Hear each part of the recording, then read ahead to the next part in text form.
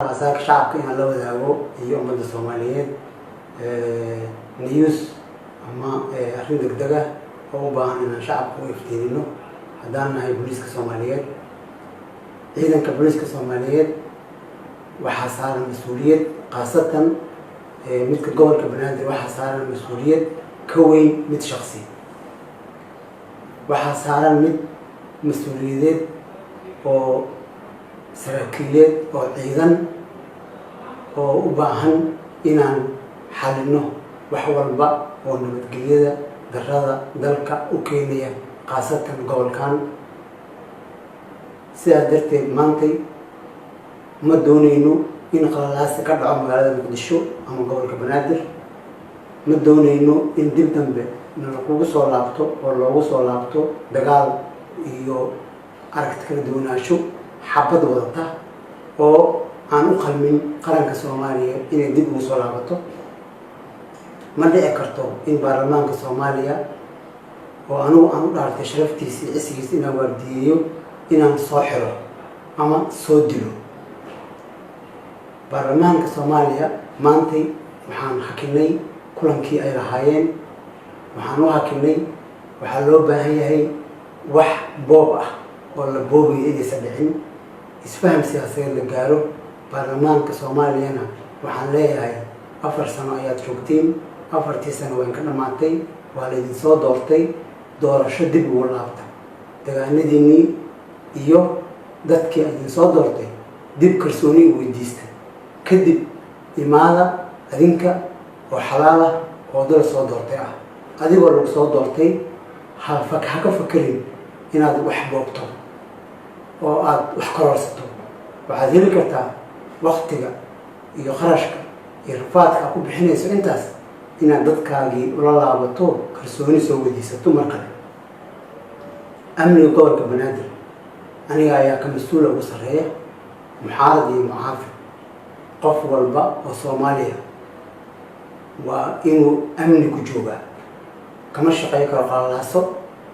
kama shaqeyn karo hebel ku duub. kama shaqeyn karo waxaas u dhan. gurigiis nabad inuu ku joogaa. businesskiis nabad ku joogaa. magaaladiis nabad ku maraa. looma baahna abaabul dagaal. qof walba oo uu haysta oo rabo inuu isticmaalo qof kale Soomaaliya waa inuu dhigaa.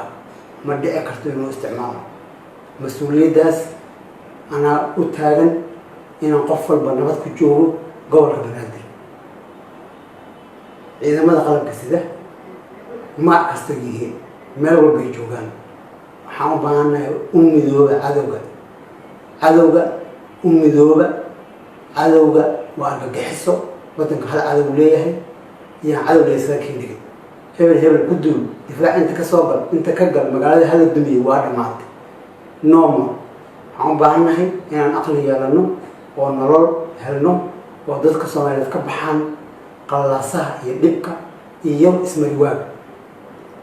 15 bilood oo la korsado oo dib noo dhigta 15 sano ma doonayno. waxaa loo baahan yahay in mas'uuliyad wadareed la qaato. laga wada baxo dhibka. siyaasadda laga heshiiyo. nabada wada noolaado. ugu dambeyn ra'iisul wasaaraha Soomaaliya waxaan ka codsanayaa ama u sheegayaa waddanka mas'uuliyadiisa inuu qaato. dadka isdiidan wax kala xoogaya ha ku celiyo teendada. ha ku celiyo teendadaa furan. shirkiyaa furan. nabadaa furan. ha lagu laabto. ha lagu soo kala goosto.